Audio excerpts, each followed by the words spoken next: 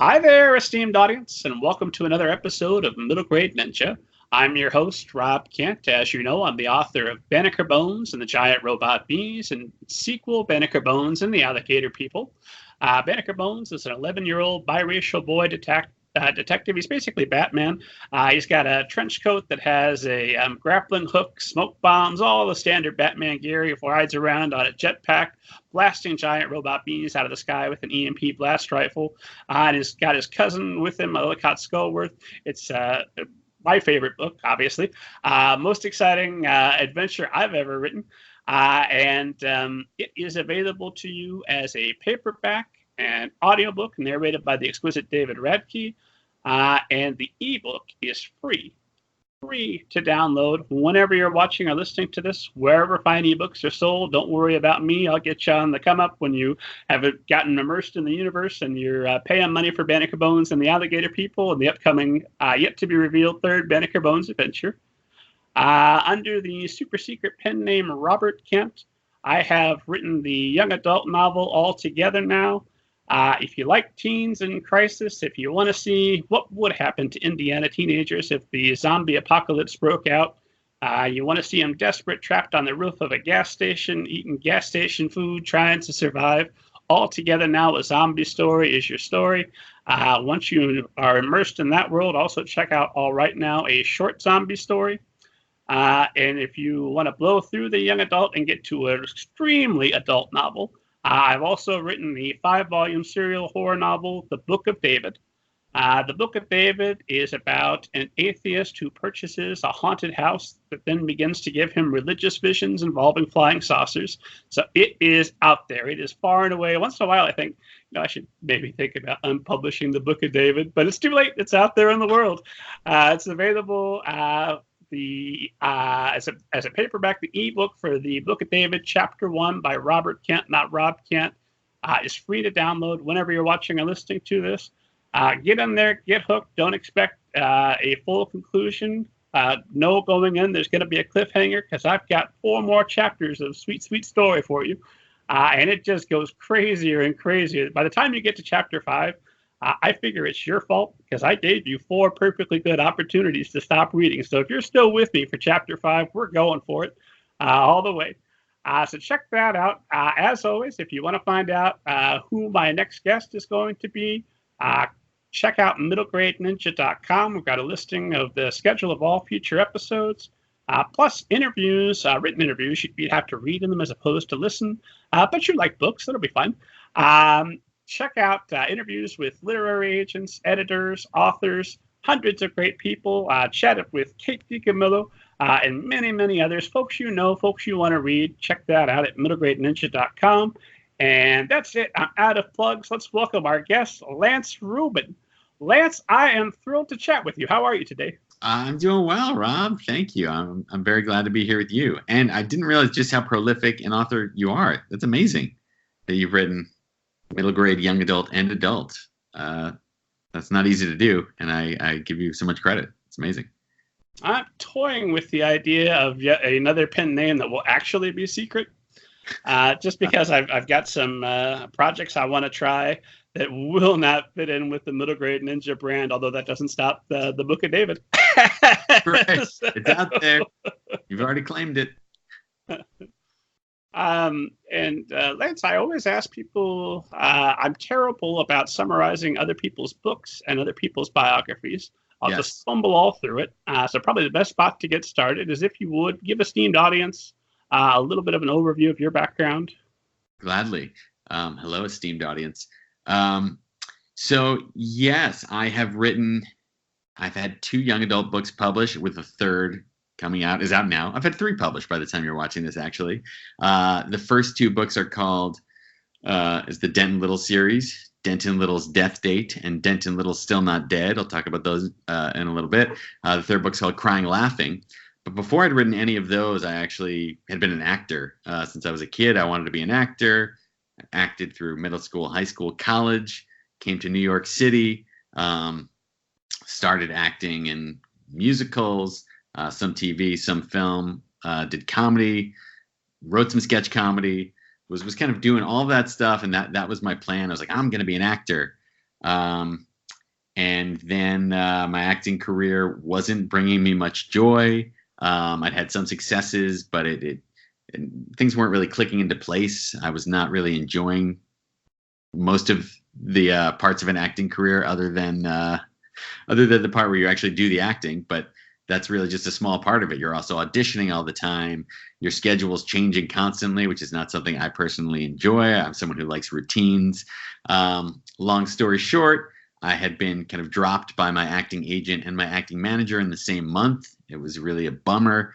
Around that time, I read The Hunger Games and was like, whoa, this is exciting. This is fun. This is a page-turning, exciting experience to read.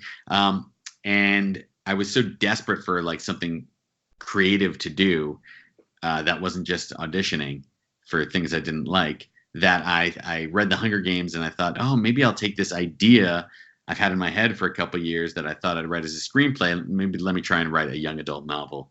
And that idea was Denton Little's Death Date, which did become my debut novel. And what that book is about is it takes place in a world where everybody knows the day they're going to die from the day they're born. And the protagonist is Denton Little, who's a 17-year-old whose death date is tomorrow, which happens to be the same day as senior prom. Bummer. It's a very dark comedy, page-turning, I'd like to think, in the same way as The Hunger Games, but also funny. And those are the quick brush strokes of who I am, how I got here, and what I've written. There's a lot to unpack there. I'm trying to think where to begin. Well, let me ask you this: where did you grow up? How big of a leap was it to move to New York? Grew up in New Jersey, central New Jersey, about an hour from New York City. You know, my parents took me to Broadway shows starting when I was in third grade, I think. Phantom of the Opera was the first show I saw. Magnificent. That chandelier. Wow. So when it came time to actually move to New York City, it was exciting and like trippy because I'd only kind of visited there, but it wasn't like moving to a brand new world. I'd always gone to New York City a couple times a year, and I was still living about, and still am living about an hour or so from my parents. So it wasn't a huge leap away from family and everything I knew. So if you failed completely, there was still a food an hour away. Yes. The safety net was not a plane ride away. It was just a quick train ride on New Jersey Transit. And now I'm fascinated. Did you not have inklings of maybe wanting to be a writer prior to reading the Hunger Games? Well, let me tell you, writing was always a part of what I did. Like I was a generally creative kid. But it was often, not always, but often in service of my acting. So it would be writing comedy sketches or writing a musical that maybe I could be in. But then there was, I wrote for the school newspaper in high school, and there was a column that got passed on as students would graduate. They would pass it on to someone else. It was called Random Thoughts, and it was just a humor column of exactly what it sounds like, just funny musings.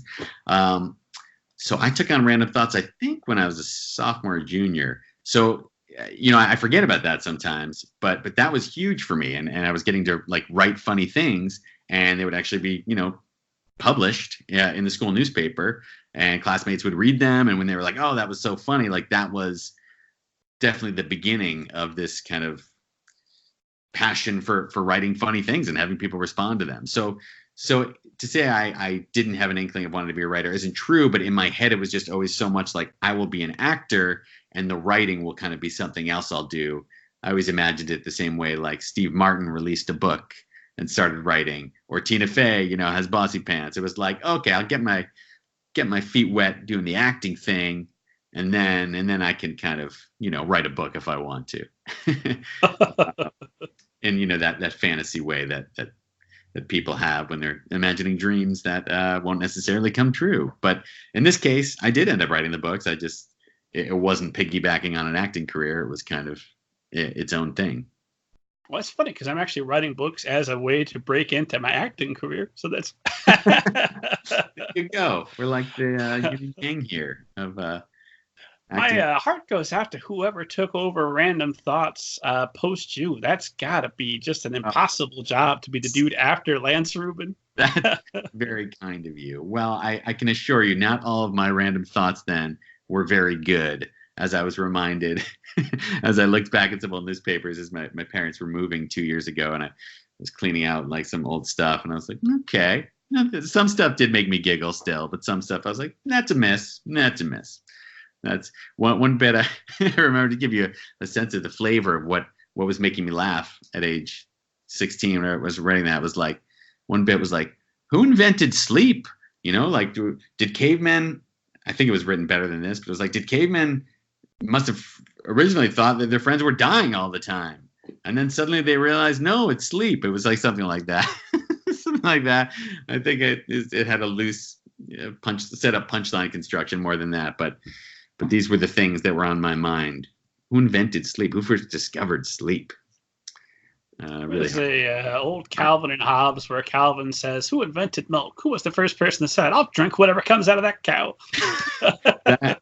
That's the funny version of what I wrote in high school. No, I think the sleep thing is pretty funny too. Yeah, that's right. No, that's a valid question. Like, yeah, who looks at that stuff and is like, this could be good and healthy. I've got a collection of screenplays and a movie I made in high school, and like I can go back and some of the jokes are still really funny. Like, yeah, young me, you had it. And then there's others like, ooh, I hope the internet never finds that. Yeah. I had a lot of growing to do, buddy. Totally. No, there's something beautiful about that, about seeing the seeds of who you now are in that young person, even if they were still like figuring it out, as anybody would be. It's kind of cool to think, oh no, like the same things are making me laugh now. And it was all there. It's just a little more well honed years later. Yeah, no, there's a few jokes that like that's funny then. It's funny now. I'll probably be an 80-year-old man looking back like, yeah, that's great. Yeah, you gotta rewrite those and make them into movies.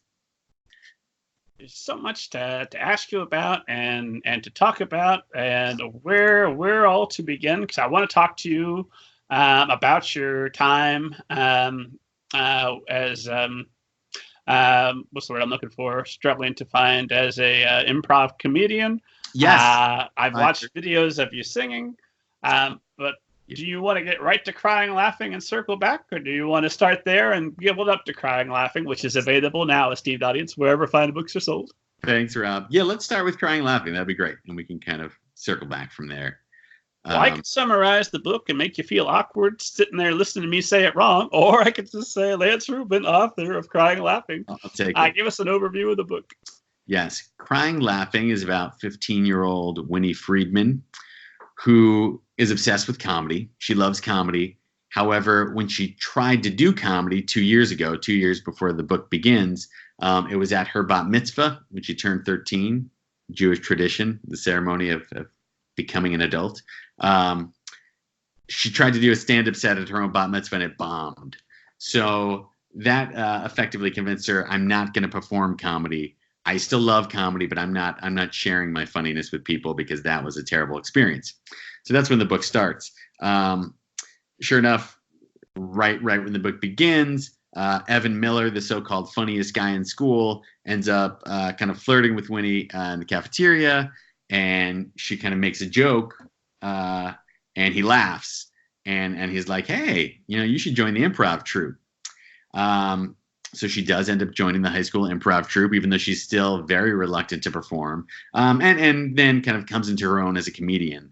And while this is happening, Winnie's dad, who is her comedy hero, the one who introduced her to comedy, she thinks he's the funniest person in the world. He is diagnosed with ALS, and so that diagnosis kind of deeply affects Winnie and her dad and her mom.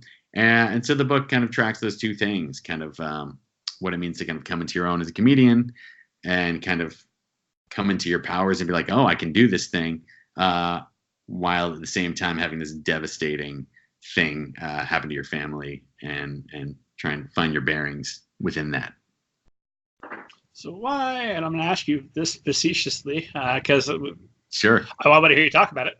Yes. Why, in a book about becoming a comedian, is it important also to have that element of tragedy introduced? Yes. Well, I do think comedy and tragedy go hand in hand, and certainly one of the things that I thought that generally fascinates me and I wanted to explore in this book is the way we use humor to get by. That's always just something I love because it's something I do in life.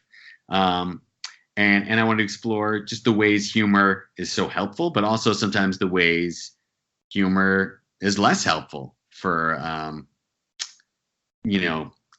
getting through our day-to-day existence. The ways we can kind of use humor as a shield that kind of keeps us from getting to, certain revelations about ourselves or whatever the case may be. I'm obviously very pro-humor. I'm not saying humor is a bad thing, but it just fascinated by the different ways we use it. And so that was a big part of it. But I should say it's worth mentioning the Crying Laughing that is out on shelves is essentially the second version of this book. I had written an almost entirely different version of Winnie's story that did not involve comedy at all. I mean, it was still kind of funny, but it wasn't about her being obsessed with comedy. It wasn't about her doing improv. In fact, it had, much like the Den Little books, it had a speculative element that made it more heightened and not firmly grounded in our reality. And the heightened element was that Winnie got superpowers. Yes. Yes. I wrote 300 plus pages of a book where the first line of the book, which was the first thing I came up with, was this.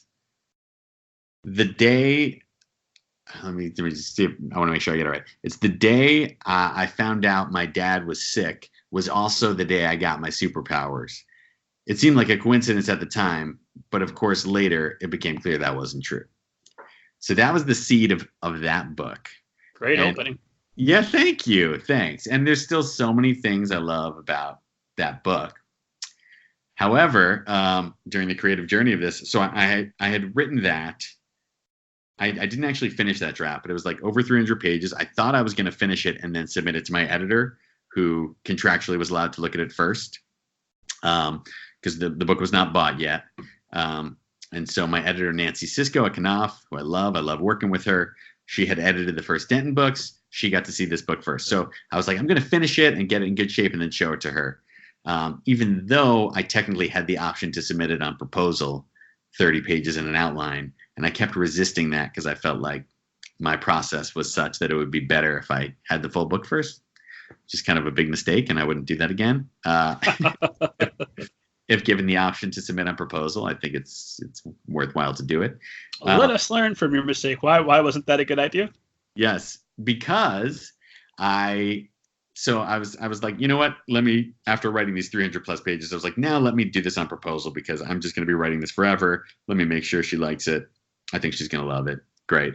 So I honed, I rewrote these 30 pages to make them really good. I wrote an outline where I kind of figured out what the book was, submitted it to Nancy, waited a while, and then she was like, I don't really like this. I was like, what? What? And there's a variety of reasons why she didn't like it. One is that she's just not that into superhero stories. Two was she felt like Winnie Friedman in that book, it was less clear who she was, and she had no sense. Like, she knew Winnie got these superpowers and loved her father, but just had no sense of Winnie outside of all that. What were her passions? What drove her? What were her wants? What were her needs? And I was, of course, just like thought she was wrong about everything, because that's how it is when you get notes that you hate, and when you hate it first. And I was considering, should I submit this to other editors? What do I want to do here? But the more I sat with what she was saying, she also felt like the book wasn't as funny as I could potentially be. And she wasn't wrong. It was like a darker feel, as some superhero stories are, because she was like doing some crime fighting in that one.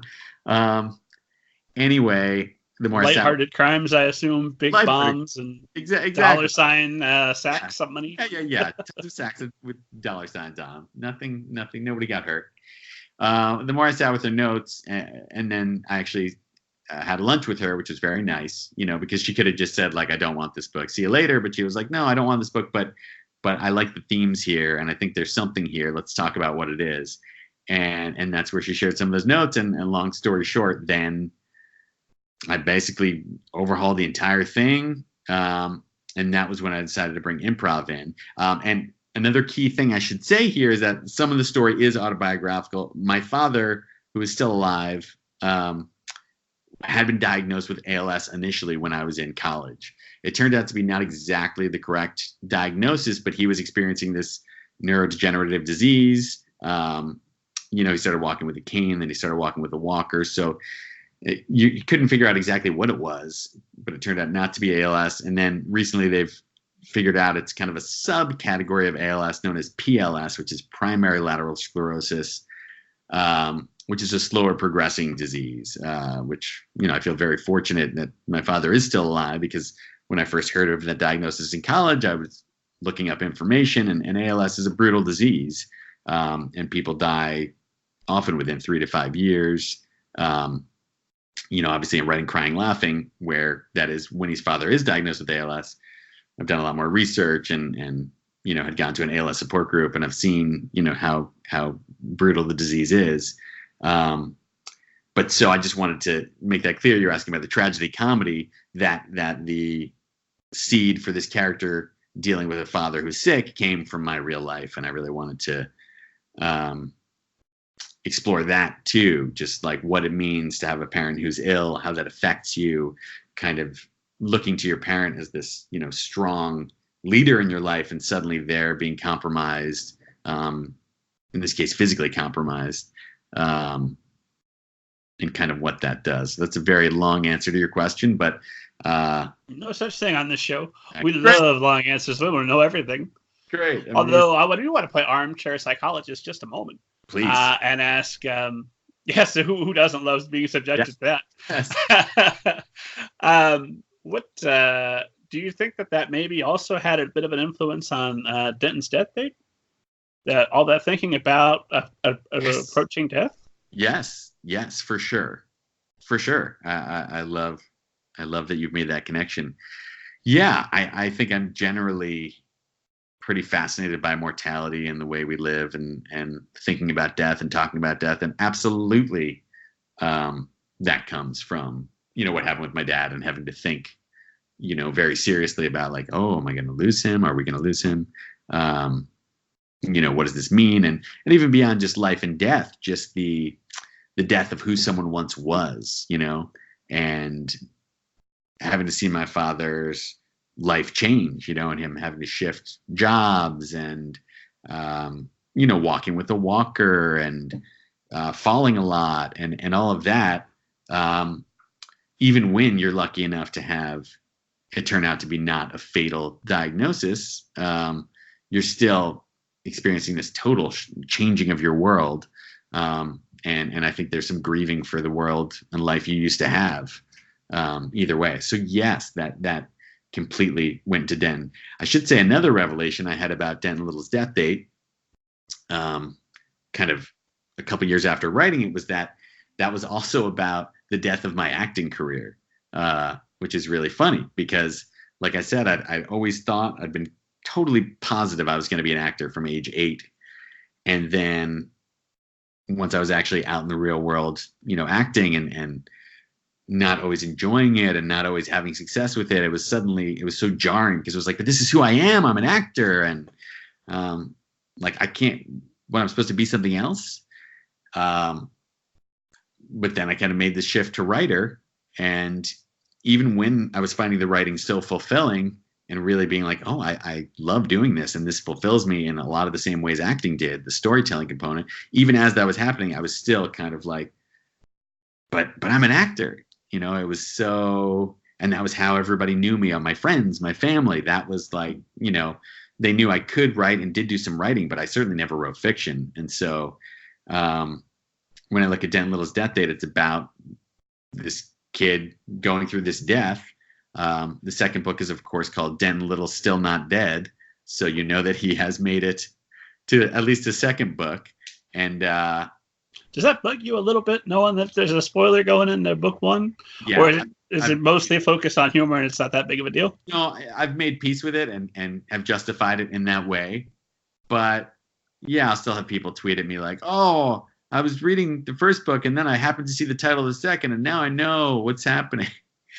And I'm like, I know, I'm sorry. Originally, I thought this humorous book would end in tragedy. Yeah.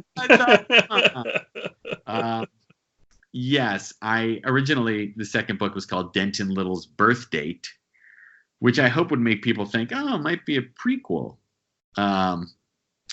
But ultimately the publisher was like, this title's not very exciting. And so they kind of led the charge toward a new title. And we came up with Denton Little Still Not Dead, which I do agree is funnier. It's like a better title to hear, but it does give away things. Like I said, I've made peace with it, but I do have moments where I'm like, just in general, it's been fascinating seeing the way reader expectations affects their reading experience. I mean, it's an obvious thing to say, but there's a lot of readers who read Denton Little's Death Date thinking it was a standalone because initially it wasn't made that clear on like the Goodreads page or anywhere that there would be a second book. And let me tell you, when people get to the end of a book they think is a standalone and it's not, they're not happy. They're not happy. They thought they were going to have like a contained reading experience and suddenly it's like a cliffhanger.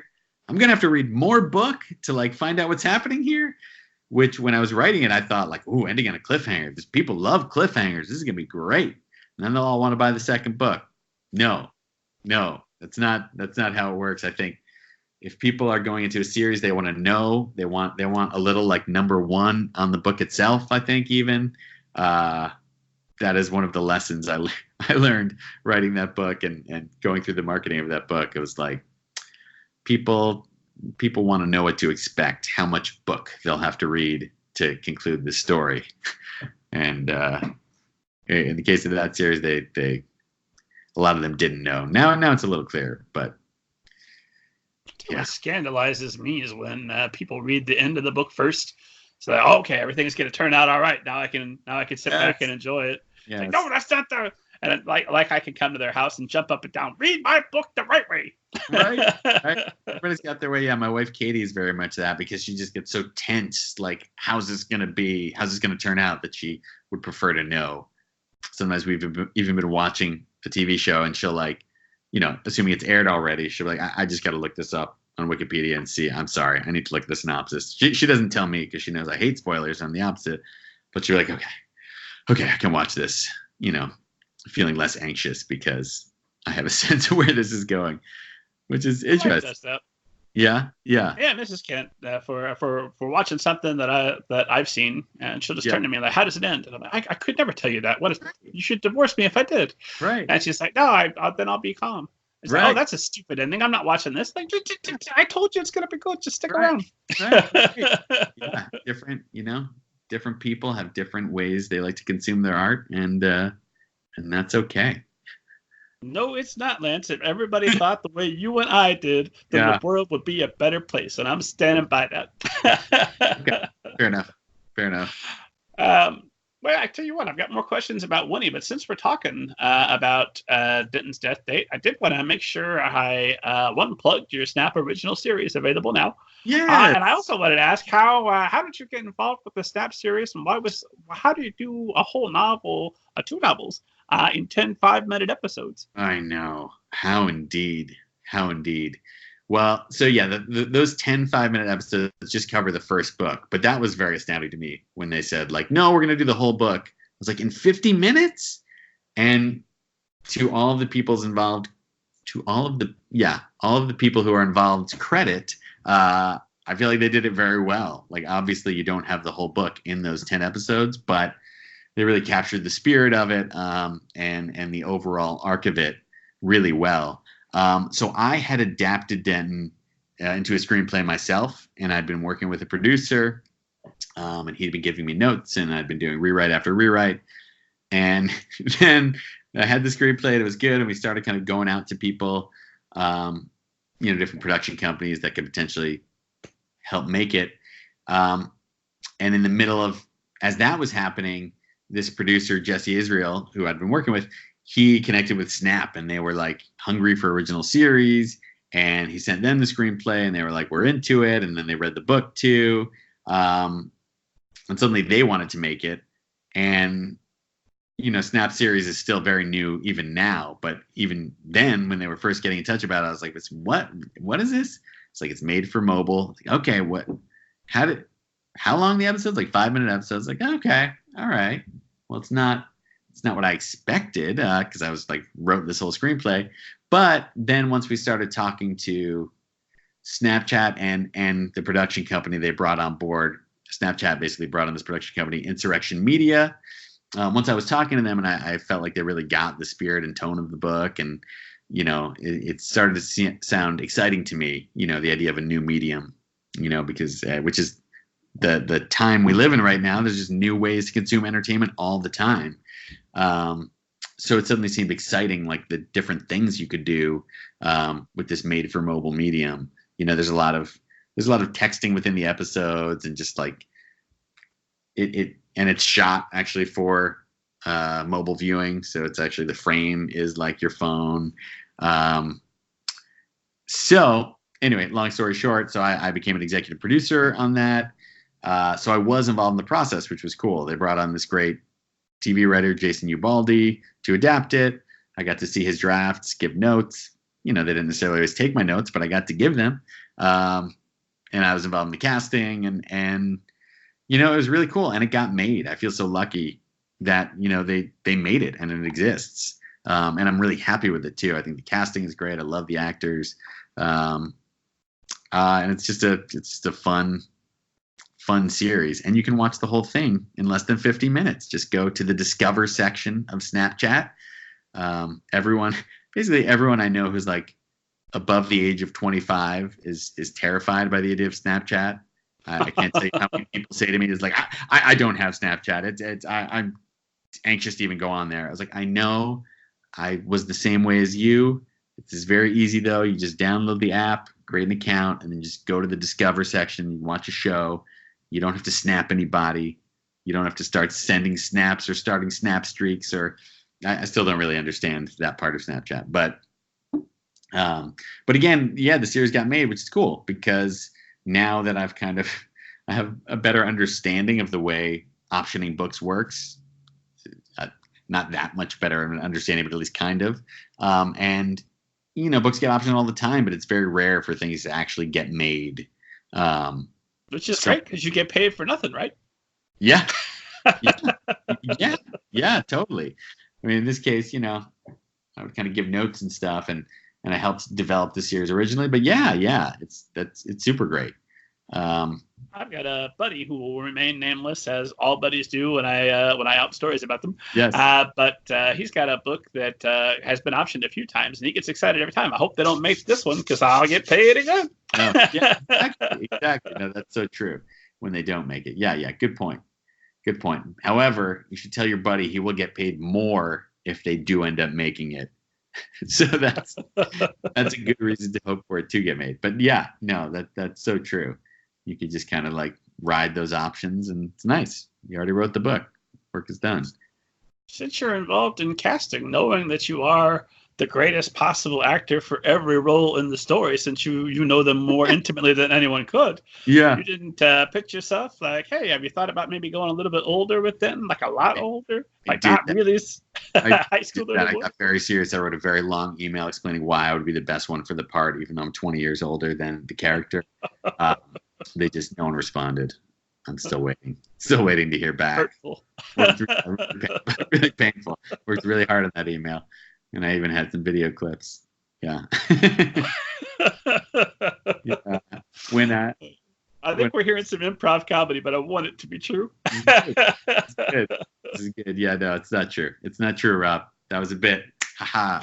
It was good stuff. Yeah. Speaking of which, you've also got a song available, which is my number one fear. If there's one talent I'm so covetous of for myself, it would be the ability to sing. In fact, you mentioned the Phantom of the Opera. Yes. I dragged my wife to it, and my wife she's not down with emotional musicals, but especially the emotional ones. So she'll hang in there for like Hamilton. But the Phantom, she sat there. Oh, the chandelier's nice, and then by the end, she's got her arms crossed, and then she looks over at me. And I'm just weeping at the end because, oh my God, I didn't realize she was going to kiss the Phantom and then leave him down there. Oh, and she's just looking like, who have I married? Who are you right now? But I wanted to ask you about singing because you've got, I want to make sure I get the title right because it's a great title. I'm Gonna Die This Spring, so let's make out tonight. Which I have been enjoying multiple times over the past week listening to. Nice. When did you write that song, and did it help you at any point with the books? Funny story about that song. So that is a song, right, that's mentioned in the first book. Denton talks about how he met his girlfriend Taryn and how part of it involved him playing at this talent show at school, and he played that song. He wrote and played his own song, I'm Gonna Die Next Spring, So Let's Make Out Tonight. And that was part of what made Taryn fall for him. And I was always thinking as I wrote that book, when this book comes out, I got to write that song, and that'll be great. And this speaks to how much I procrastinate. I didn't actually end up writing the song until the second book came out. And then I played it at the launch event for the second book, because better late than never. But and as I wrote the first book and I mentioned that song, I had an idea of what it would feel like, but I had no idea what the song was. And it took me, 3 years later before I actually wrote the song and followed through on it. And I'm glad I did, and I'm glad it exists. Now I've been procrastinating on actually recording a version of it that could be like, an MP3 for people to enjoy, so they don't have to just watch on YouTube. But I haven't done that yet because it's a common theme. I'm happy that I have finished a lot of creative works, but there's a lot that I haven't. And I've just made peace with that. Sometimes it takes a while, or it just never happens. Just for fun, a couple of weeks ago, I went back and I did a check for Robert Waller because I thought maybe it was a fever dream I had in the 90s. Did he have an album? And I went, oh, yes, The Bridges in Madison County, the album. It exists. I forgot about it. And he sings all about Francesca, and he sings about the characters' motivations, just dead serious. And no shade. I don't shame authors. Because I like The Bridges in Madison County. I think it's a very enjoyable read, and the song is not terrible. It's a little bit of music because I can hear the author getting a little bit choked up. Like, really, bro, you wrote the book. You've lived with these characters for how long? Are they still hitting you right here? But nope, that was his truth, and he's singing it. So 11 more songs about Denton, and then you can be our modern Robert James Waller. Oh man, I got to follow in Robert James Waller's footsteps. That's amazing. It's a YouTube search. It's him in front of Bridges with his guitar singing. Oh, it's great. Okay, great. I know what I'm doing after we finish talking. I should clarify. It's not like great, like, brace yourself for amazing music, but like for an author, right? Like going out there and just being the most author you could be. Like, I love my stuff. What do you want from me? It's great. Yeah. Look, again, it's all about expectations, and I would not go in expecting incredible music, but I would just go in expecting this could be fun to watch, and I bet it will be. It's just the passion was that you can see he's not afraid. It's like, I really do love this stuff. That's why I spent my all this time working on it, and I continue to talk about it. It's mine. It's great. He's not trying to just cash in. It's not some soulless cash grab. He's like, I also love making music about these characters. After the movie came out, I think it might have been after the epilogue or whatever, the second book came out. So he was already he backed up in his Maserati or whatever the fancy car was back then to record the video. It wasn't a cash grab. It was just, I love this stuff. I got the cash already. I've grabbed all the cash, and this is what I'm doing with it. My memory of Bridges of Madison County actually is I haven't read it, but as a kid, I'd always look at the New York Times and just check out the bestseller list, and I would just be like, Bridges in Madison County, 155 weeks in running or whatever it was. That book was just on that list forever and ever, and I was just very impressed by the fact that this one book could just be bought and bought and bought and bought just for years. Oh, but he sold more copies than my minister at my small town church I grew up in, because every Sunday he came, he'd make sure and mention, don't forget, if you read Bridges in Madison County, you're going to hell. And I'm like, oh, really? Let's check that book out. That's what you would say? Don't forget, by the way, this is no, he had some variation on it. It wasn't every week, but it came up often. Like, they're glorifying infidelity. They're going to destroy our families. Well, yeah, I think they're glorifying Meryl Streep and Clint Eastwood, but all right. Okay. We have wandered very far from crying and laughing, which is great. But I want to ask you about ALS a little bit, just because it strikes me that this is book 3. This extremely profound experience. I never want to be Barbara Walters and be like, please cry, Lance, please. I don't. Sure. So that's why we're laughing about Bridges in Madison County before I come back to this. But 3, why do you think it was you needed to write 2 books before it was finally time to write about this, or had you written about it previously? Was there a period of separation that was useful to you from the original experience? Right. Definitely. I would say yes, definitely. Time helped. But yeah, I think it was less of a conscious decision than that. I think, I had the idea for Denton. That became my first book. Naturally, my second book was going to be just the sequel to that. And then when it came time, what is this third book going to be? Actually, I didn't have to think that hard, because that line came to me that I told you about, like the day I found out my dad got sick was also the day I discovered I had superpowers.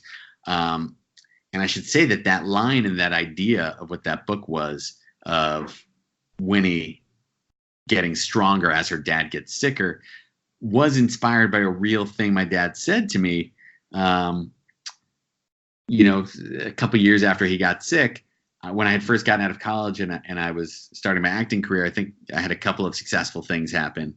And I remember him saying something to me like, maybe, let me get this right. He's like, hey, maybe the sicker I get, the more successful you'll get. And he was being kind of tongue-in-cheek, and it was kind of like a joke, but that stuck with me so much, because it was like, I don't want that. Like, there's something so twisted about that, because it's like, if it's between you remaining healthy or me having this great career, I choose you being healthy. And you hear people, I just saw someone tweeting about this recently, about these moments when really good news, good personal news might come at the same time as really terrible news, or something terrible happening to someone you love at the same time that you get this great news. And I think the tension between those two things, there's something very human and universal about that. That's just like what life is. It's the mess and the triumph. They're always, it's very hard to compartmentalize those things, because it's all just happening all the time. And so that just seems so interesting to me, that's what got me writing about that. And when I first started writing that story where she had her superpowers, I wasn't sure if I was going to directly make it ALS. I felt like, maybe he should have something kind of unexplained. Maybe it's like he has this unexplained illness and she's got this unexplained thing, and then it all ties together. But at the same time, then I started to feel like, in the first Denton book, it was like he, had this death date and was scheduled to die, and then makes it to the second book. He doesn't die. I've said the words. There's the spoiler alert. He doesn't die. I've come out and said it. And you won't want him to. And you won't want him to. Thank you, Rob. But I felt like I don't want to work in that world again. If I'm going to write about death again and mortality, I'd like it to be, I don't want there to be any loopholes. I want it to be like, no, this is life in all its messiness. And so ultimately I felt like, no, I think he'll be diagnosed with ALS, and there won't be a way to save him, and that was kind of part of the theme of her being a superhero, was going to be that she has all these powers, but she can't save the person she wants to save the most, her dad. I still think it's a very good idea, although while at the same time feeling like Crying Laughing, the book I've written, is a better book than that one was, at least in that form. But in a way, those ideas went into Crying Laughing because her superpower is kind of her ability to be funny and her comedic ability, which she's, learning how to use these powers as her dad, who was like the funny person in her life, her whole life. He is, losing his powers. Maybe not his abilities to be funny, but he's like physically losing his powers. And so, I feel like those themes made it into the new version, but in a more grounded form. It's interesting to me. Was this your idea? Okay, no superpowers. The equivalent to that is improv comedy, or was that suggested to you? Or did that kind of come out of the discussion? Yeah, I think it was once my editor said, when he doesn't have any passions, I felt like, well, she should have some passions. And I remember talking about it with my wife, Katie, and she was like, well, maybe, she should have some of your passions, or maybe like, what's a world you want to go into? Maybe it should be comedy or improv. And I was like, yeah, maybe it should be comedy or improv. And that slowly kind of unfolded in my mind. I loved the idea of funniness as a superpower too. And like I said earlier, as a power that will help you kind of cope with life if you use it correctly. So I just kind of naturally got there, and I got excited about the idea of writing about improv because I hadn't read a young adult novel that had improv in it. I feel like some probably exist, but I couldn't think of any. And so it felt like new territory, and that I could be kind of, offering something new to the YA canon. And all those things combined. That said, and I've just been writing a little essay about this just earlier this morning. That it's not like a secret that I could say where it's going to be, but it's going to be on some website. But the essay was about how it was also terrifying to write about improv, because improv is known to all improvisers as being an art form that's very hard to recreate the magic of improv anywhere but in the theater where the improv happens. Even on TV, you get shows like Whose Line Is It Anyway? But that's short form improv with like structured theater games, as opposed to long form improv where it's scenes made up from nothing. That is notoriously hard to capture on screen. And then I was attempting to capture it in a book, which felt like a foolish decision at first, until I realized, like, okay, I'm writing about improv in a book though, so I can actually illuminate what a person is thinking while they're doing improv, kind of like the rapid fire thoughts you're having as you're trying to make up a scene. Sometimes you're very present in that scene, sometimes you're thinking about how you're failing as it's happening. Surefire recipe to not spiral down into it can be awful. And so once I locked into that, that just seemed exciting to me to write about improv. And then the fact that it worked thematically, also just improv is all about being present, being in the moment, listening, all these things that I felt like applied to the story and applied to what Winnie and her father Russ and her mom Dana are going through, and lessons they're needing to apply to their life that they may not be applying.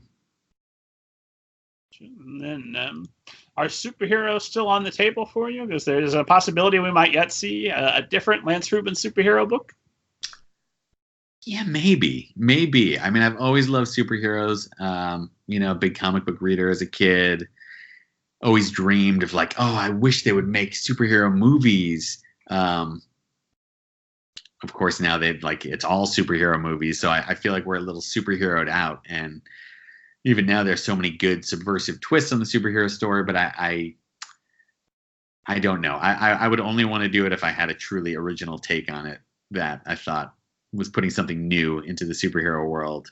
Doing it just to do it, I think wouldn't feel satisfying, but certainly possible. I love those stories when they're done well. So I don't care if they tell me the same story over and over again. Yeah. When I'm 80, in addition to looking back on my high school stuff and still laughing, yes, I'm going to be in line for the new Batman. I'm ready.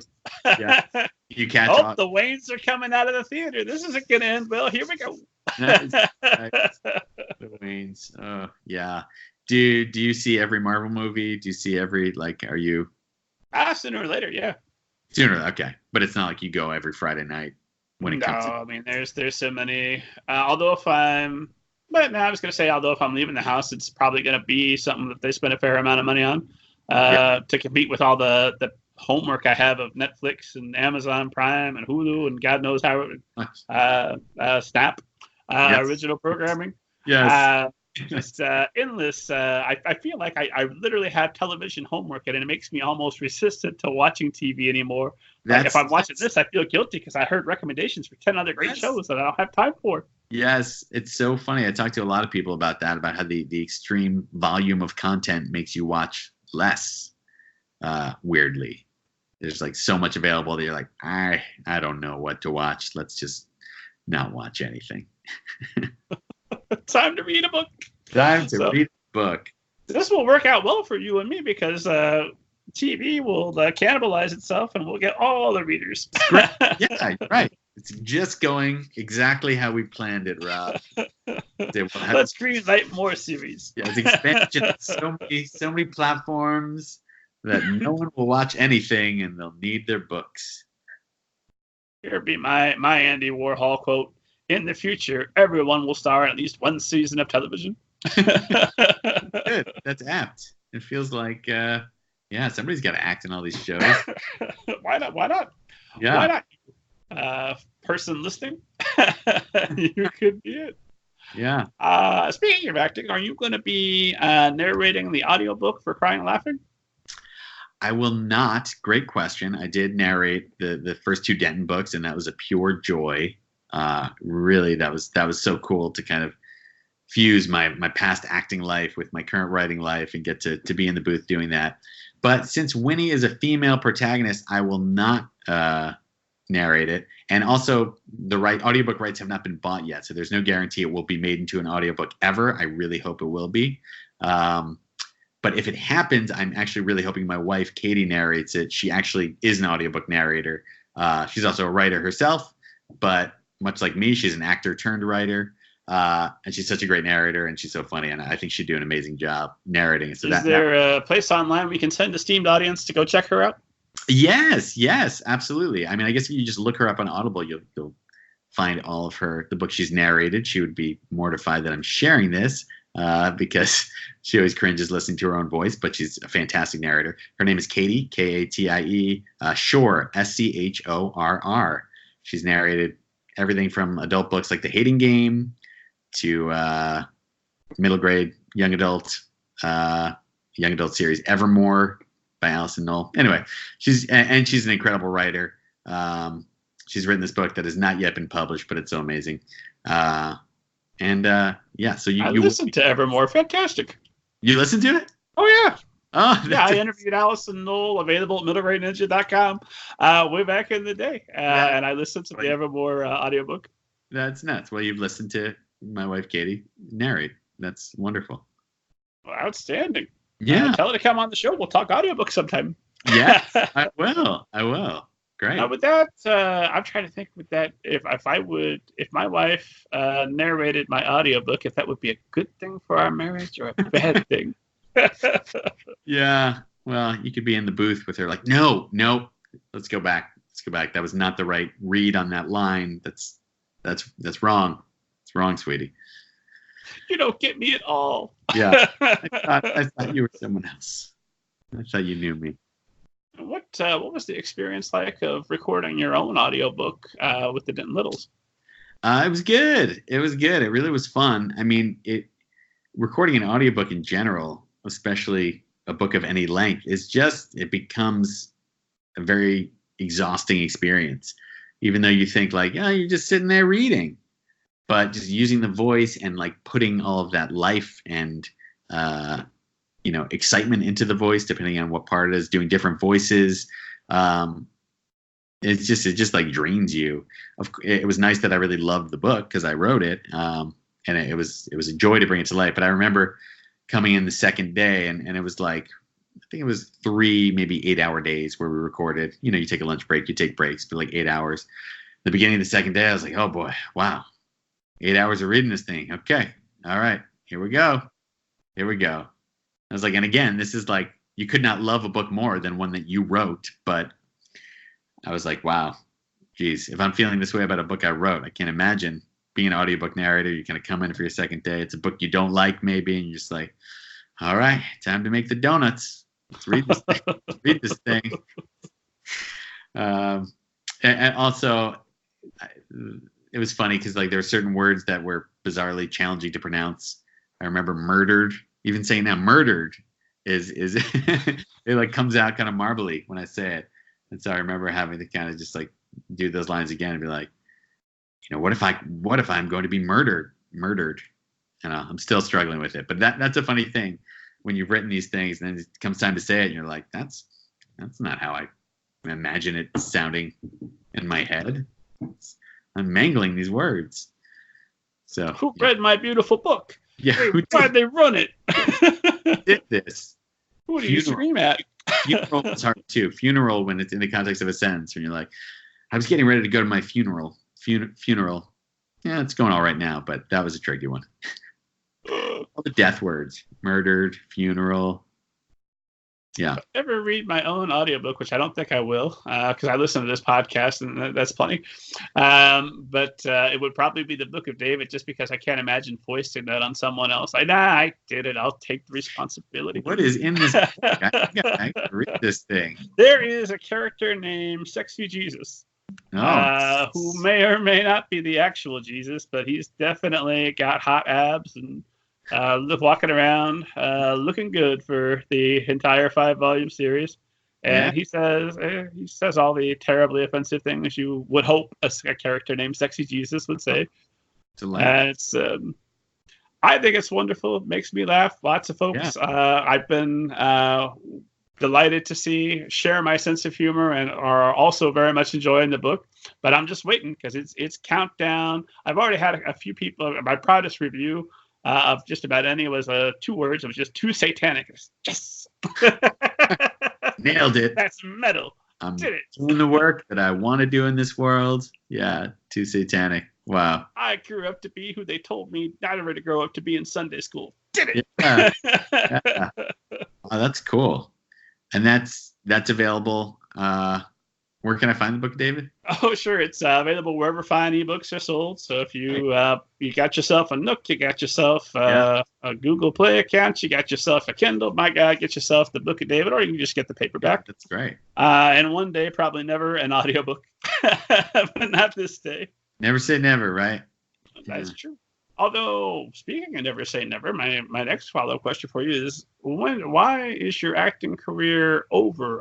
I mean, isn't there, obviously you're not going to play Denton Little, but you've got a lot of books in you. I can sense this. And sooner or later, you or somebody else is going to write the perfect Lance Rubin breakout role, right? Or is it just not something you're interested in, period? No. I love that you say that because I do love acting.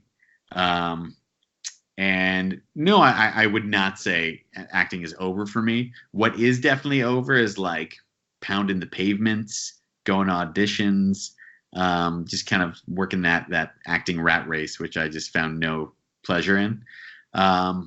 However, if it gets to the point where a friend of mine's making a movie and they're like, this part would be great for you, and it seems like it's going to be a fun movie to make, I would definitely consider doing that. And for example, a buddy of mine, Joe Iconis, writes musicals. I first met him acting in his musicals, and then we went on to co-write a musical together called Broadway Bounty Hunter that just happened off Broadway this summer. But he does concerts all the time, and I perform in his concerts still. When I shifted from actor to writer, really in my head, I shifted to thinking of myself not as an actor, but as a creative person. So it's like I could do acting, do writing. Like I just like doing creative things. And that was helpful way for me to think about it. And even though now I will lead with I'm a writer, it's still in the back of my mind. It's just that thought that I'm a creative person. And I tell that to young people too. It's like, don't box yourself in. Really, all people, young or old, don't box yourself in saying I'm a this, I'm a that, because you might really, the way I ended up with fiction writing, you might really have a knack for something and find joy in this other creative thing that you're not even thinking of. So really keeping your mind open to that. And my mind is definitely open, like I said, to acting, but it's just not, I'm not pursuing it.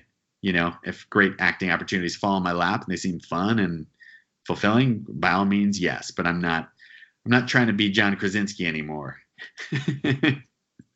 He's not trying to be John Krasinski. He's actively trying to find roles as far away from Jim from The Office as he can get. Exactly. He's no, that's been an interesting thing too, because all the people who I wanted to be, like circa 2005 when I first got into New York City, was like Adam Brody from the OC. Loved him. Don't know if you watched that show, but he was great. I loved Zach. No, but I watched Smallville and he did a season on there. Oh, nice. Okay, great. Yes, really funny actor. But Zach Braff on Scrubs, and these were actors who I felt like, and John Krasinski in The Office, who actually I went to college with John Krasinski. We like overlapped a year and we were in a play together. I don't think he really remembers me anymore, but that's a side note. But John Krasinski's career looked amazing. But then when over time you just see how hard in an actor's career it is to kind of maintain that. All these people I mentioned are still working, but like it's just hard to consistently end up in like shows and movies that are good, because it's just not all things are good. That's just the nature of the business. And seeing that, I think, is very helpful for me or seeing that has been helpful for me and feeling like I've made the right decision, because I like being in a position to make the art I want to make, and exercise my creativity in ways that originate from me, which is cool. I have this notion. I want to ask you about it. Yeah. That I think writers should be forced to take at least 1 or 2 acting classes, because I'm convinced doing that preparation of building a character comes in handy when you're building characters on the page. Absolutely. And that was one of the biggest discoveries I had when I started writing a book. I was like, oh, this is, especially since Denton is a first-person protagonist, I was like, this is, I don't want to say it's like acting exactly, but it uses a lot of the same things. When you're an actor, you're inhabiting a character. You're trying to know them fully so you know how they think and react and behave in different situations. And, when you're writing a first-person protagonist, it's the same thing. You're just in their footsteps. You're in their shoes. In their footsteps. That's not the right phrase. You're in their shoes, and you're trying to react as they would react and think how they would think and write down their thoughts. And obviously, you're creating the whole world around them, too, and creating the other characters as well. But there was so much overlap there that was surprising to me. And I was like, this is fun. This is, it was using all those skills I'd honed from decades of acting in a different way. And I know other actors turned authors who feel the same way. Like there's quite a few, like Corey Ann Haydu, who's written both YA and middle grade books. She was an actor turned author.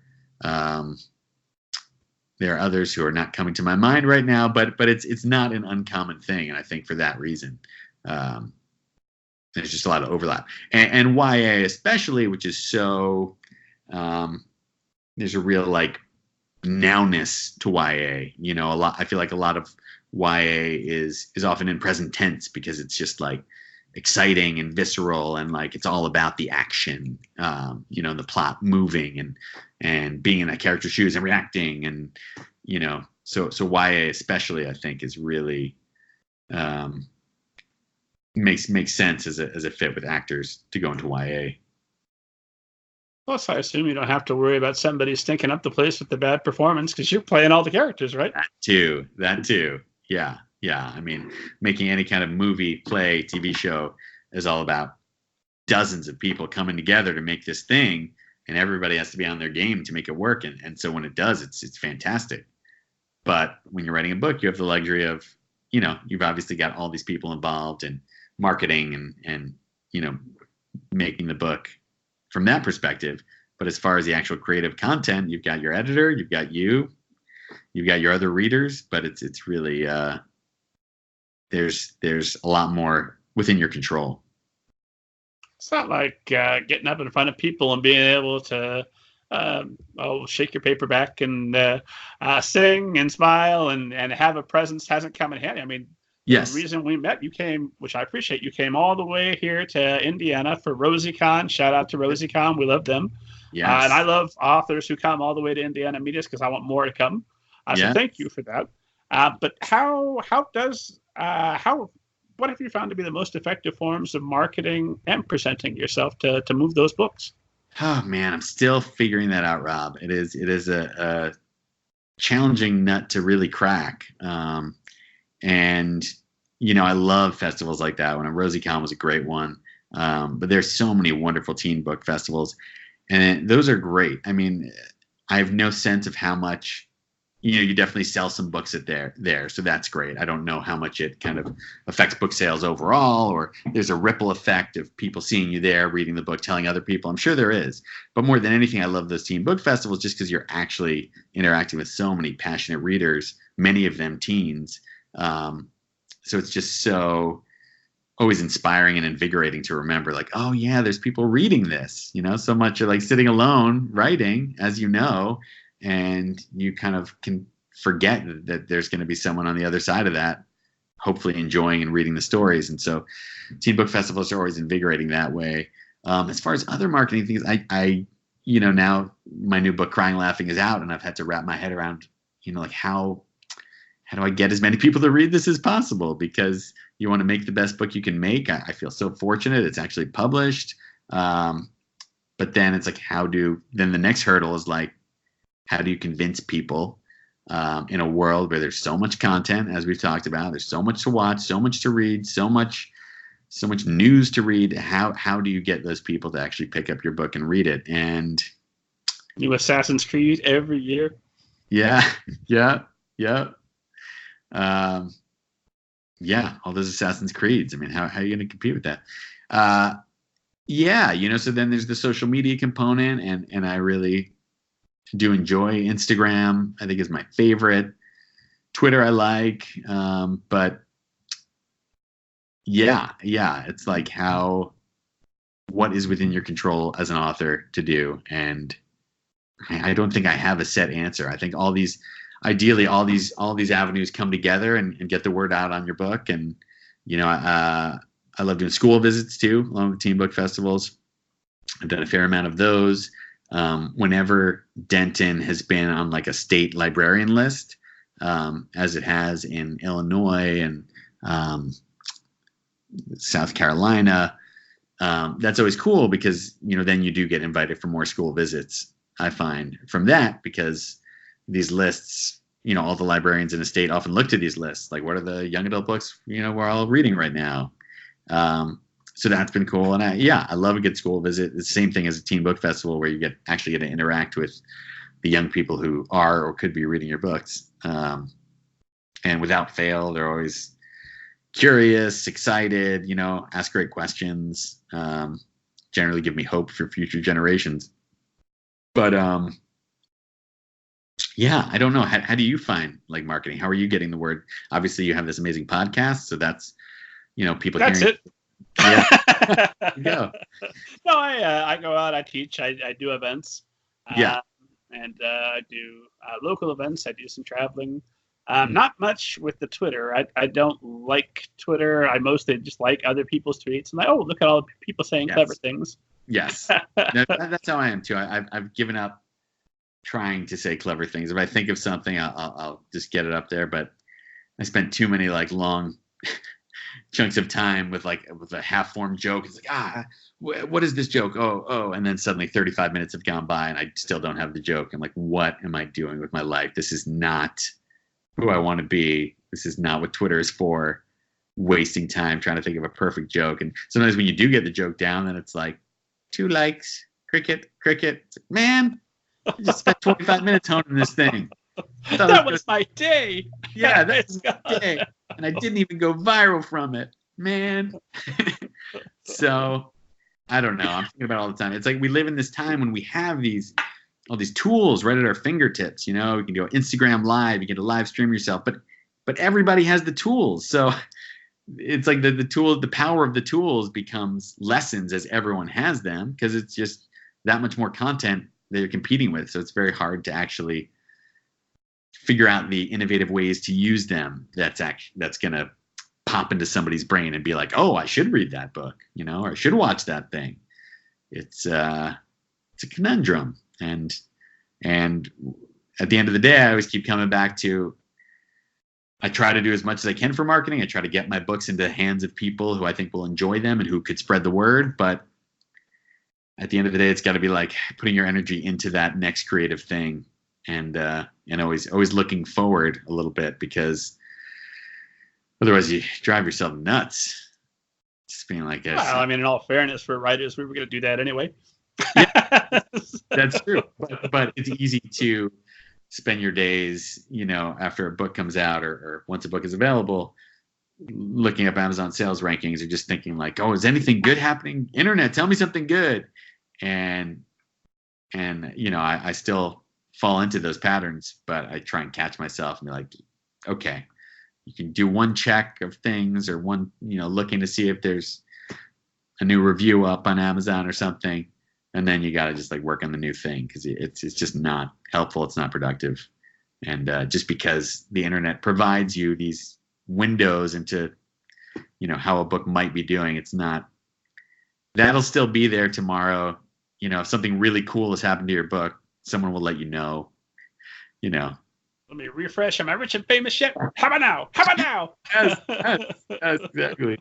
That's exactly it. It's like, this is not a productive use of time. I did. And we're going to have to wrap this up.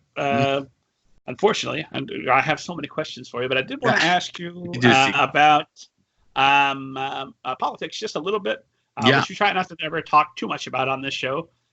Just because, you're hearing it elsewhere. You don't need it from us. But I do see that you're pretty outspoken politically on Twitter. Yeah. You're not worried about, I always think of those book-loving, really empathetic Trump supporters that would come read your book. But now you've said that you're pro Pod Save America, you're pro Elizabeth Warren and all that stuff. And do you worry about dividing your audience? No, I don't. I mean, maybe I should think about that more, but just this moment that we're living in America, I do think when you mention the empathetic Trump supporters, I know they're out there. You're absolutely right, of course. But in a way, I think my focus and outspokenness about politics is because this moment, I think, has transcended politics and has gotten to, for me, basic ideas of empathy and decency. And of course, because we're all in our misinformation chambers, it's easy to be like, it's easy to even be, right. So I'm a left-leaning person, but it's easy to be a right-leaning person, I guess, and then look at people who are Democrats or blue and be like, well, they have no empathy. But that said, I just don't think that's the case. When we have the things in the news that are happening of families being separated, executive orders discriminating against trans people, no trans people in the military, again and again, we have all these things where it just feels like, no, like this goes to the core of decency, empathy. And so that's really what motivates me. And I feel like that's more important. And I also feel like people who read books, are people who are engaging in the act of empathy every day. So I would think, and hope that, me talking about politics or whoever's talking about politics isn't necessarily going to turn them off. And will only make them more curious, maybe, I don't know, to read more or just, I don't know, just to go into an empathetic place and think about their own views or what they've been taught to think about these things. I'm kind of rambling because I haven't got to talk about this, but I really like this question. Bottom line is I just think we're at a moment where politics have taken a backseat in my mind to just like overall empathy and decency towards your fellow humans. And when I see the policies coming from the White House that are just simply not that, and the GOP Senate supporting those policies, I just feel like, well, this is not just about politics. This is about, we really need to come together and we can have disagreements about things, but let's at least treat each other all like human beings. And I think there's nothing more important than that. Also, the fact that I feel like it's a genuinely dangerous time for democracy, and it feels like democracy could, as we know it, could no longer exist, which would then mean we're looking at even more blows to empathy in America, and even more discrimination, even more oppression. So it's all connected, and I feel like when I'm writing books, I'm trying to make people think and trying to make people maybe want to be kinder to each other, or maybe think about what it means to be a human being. And when I talk about politics, it's the same thing. Something that I personally struggle with, because I get to wait. I go through these highs and lows of I'm so angry, I'm apathetic, there is no hope, it's all over. Right. And then I think, well, who are these people out there that are like kids in cages? Cool. Sex with a porn star, that lines up with my evangelical Christian values. No problem. Right. Wait a minute. A tweet from the middle grade ninja. Hold on. Let me rethink things. Exactly. And then I wonder, am I doing something productive, or am I just exposing myself to trouble without really moving the needle? On the other hand, you don't want to just, where were you when Nazism happened in America? Oh, I stood by and watched it happen. Exactly. No, it's such a tricky tightrope, but I think at the end of the day, I think the latter that you just mentioned wins out for me. It's like, how can we not be talking about these things? And I specifically don't. I try and keep it positive and productive. You know, the first year after our president was elected, 2017, there's like all tweets about him. But now I do feel like I don't. I generally avoid talking about him at all. I just think that just feeds his ego, that feeds him. I'd rather just think about his policies, think about what's happening, and try and take a positive spin on helping inform people and activate people to try and do what they can and be aware of what's happening in the country, without just being like, well, president did this, president did that. Wow, how was such a terrible person elected? Like I'm past that, because it's like, that's happening, that's a reality. Let's not give that more oxygen, but let's try and think what we can do in this moment to be kind to each other, to try and elect new people, to support organizations that are doing great work, to help these families that have been separated. Whatever the case may be, just trying to use whatever limited platform I have, limited audience I have, to maybe create ripple effects where people will think about something that they didn't know was happening, or want to take some action on their own. Another serious political question. Lance Rubin, have you ever seen a flying saucer? Do you believe in them? I have not seen one. But yeah, I think I do. I think I do believe in them, actually. And I think in the past year, there have been these like different sightings by the military where they're like, we really don't know what this is. Where that's, that goes a long way toward building credibility in my mind. Like, yeah, there's something maybe going on. There's some stuff flying around. Maybe. That's why I get frustrated. People aren't more political. Oh my God, let's find out what they got. Right. Ignore the tweets. Let's talk. The Pentagon came out and said they have materials from flying saucer. What do you have? Right. Show us. Please reveal the content. They have the cure for cancer. Why are you sitting on it? Yeah. That flying saucer delivered everything we need to achieve world peace and cure cancer. Yeah. So yeah, do you? Oh yeah, 100%. Okay. Which is why I asked. I think people probably get tired of me talking about I don't believe everything. I mean, obviously, it's sort of one of those things like it's like religion, where you can't know all the unknowns at this point. So there's a lot of people out there filling it in with whatever they want. I'm not with them. But in terms of just like, is there a credible case at this point that there is flying saucers, or there are flying saucers in the air, that at least some government agencies know about them and are keeping them secret? Yeah, 100%. Yeah. There's no question. They've come out. They've said it. It's on record. Yeah. The paperwork alone is one of those things that I marvel at. That half the men that went to the moon came out later and went on record that yes, the government knows about flying saucers. And it's one of those things where I always wonder: is that a story about a government conspiracy, or is that a story about how sad it is to be an astronaut post heyday and nobody's paying attention until you say the alien thing? Either way, it's fascinating. It's funny. Yeah. Both rich, both very rich scenarios. Either way, it'd be a fascinating book. I'm reading that one. Yeah. Practical question, and I gotta go be a dad, so we gotta call it a day. Kids ruin everything. Kids. Yeah, indeed. Just take. What are you gonna give? Wait for that moment too. Yeah. But if there was one thing that you could go back and tell young Lance about writing, about life, or both, something that would have made a significant difference, that might make a difference for all the writers listening now, what would that thing be?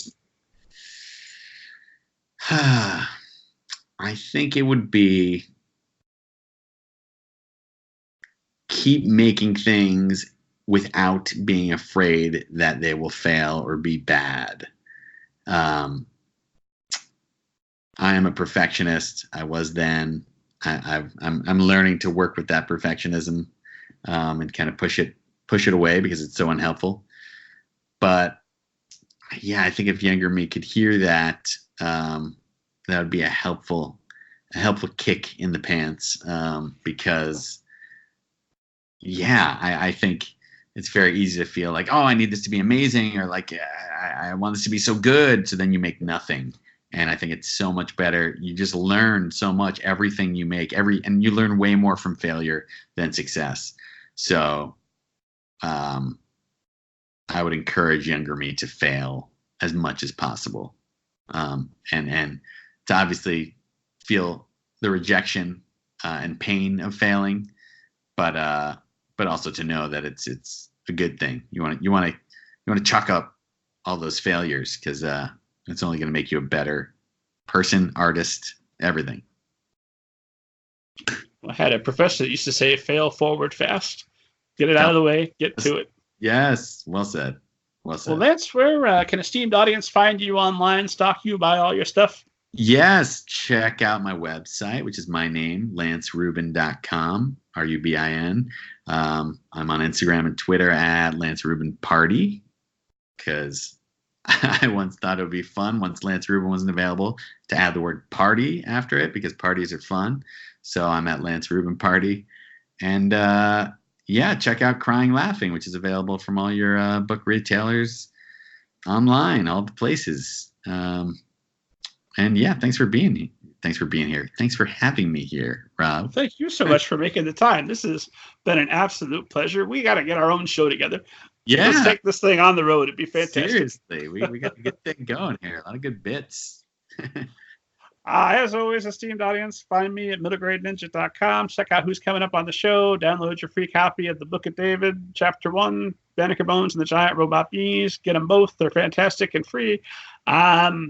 Lance, I have always asking our guests to sign us off with this totally ninja-like, justifies the name of the show sign-off phrase, which is hi-ya and what have you. Will you sign us off? Hi-ya and what have you.